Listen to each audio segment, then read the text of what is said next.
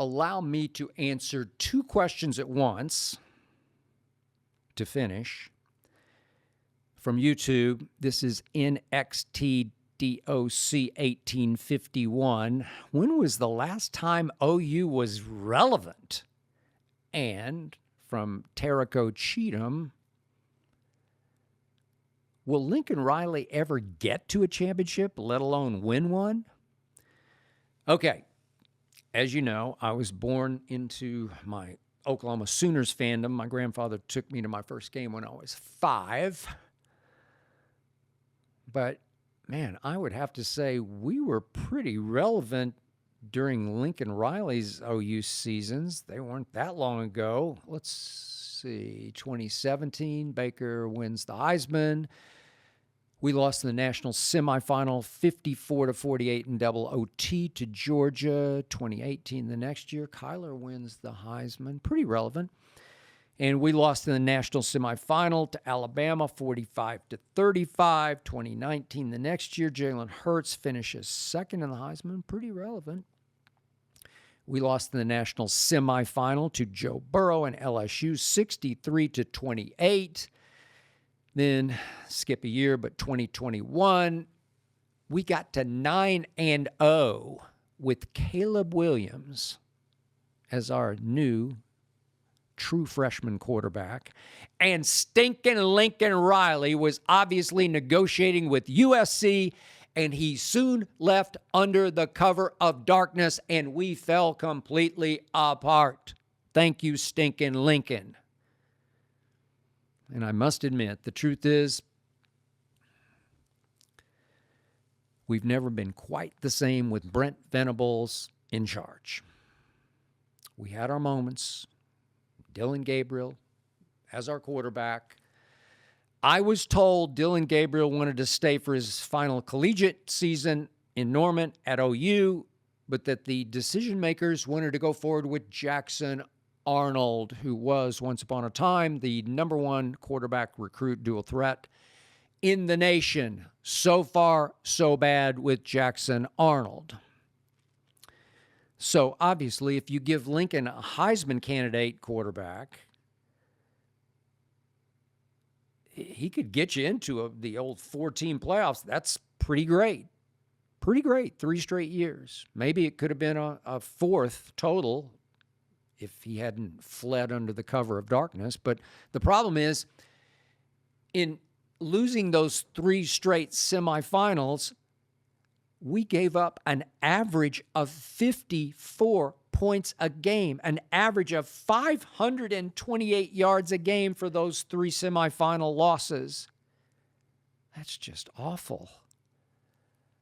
I kept trying to tell all my USC friends, I kept saying publicly again and again and again, I kept telling my man Keyshawn Johnson, once the biggest star at USC, stinking Lincoln is all offense and forget about defense. Just forget about it.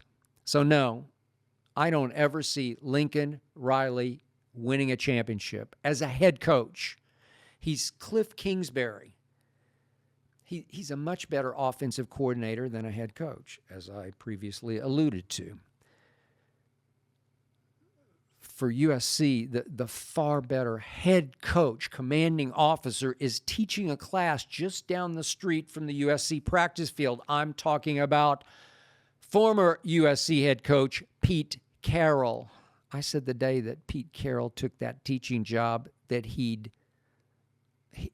would return sooner than later to becoming USC's head coach. And now, of course, USC is 3-4, and Pete's got to be just a couple of steps away. So now Brent Venables is actually making me miss stinking Lincoln. Here we go again. Venables just might prove to be a much better defensive coordinator than a head coach.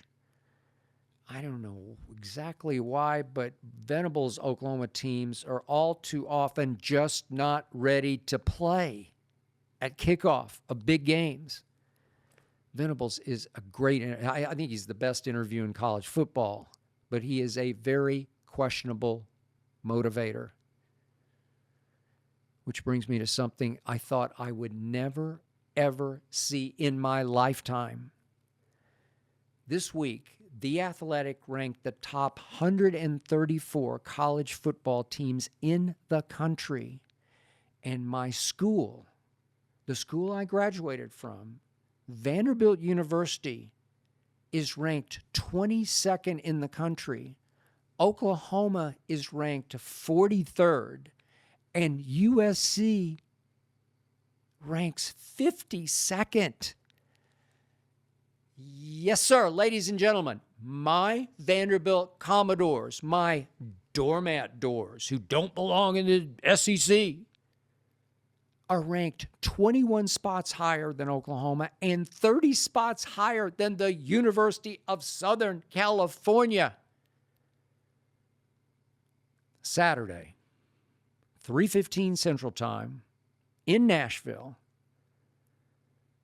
my Commodores play Texas. My Commodores have a 23-year-old, I believe to be the greatest underdog quarterback in college football history, Diego Pavia.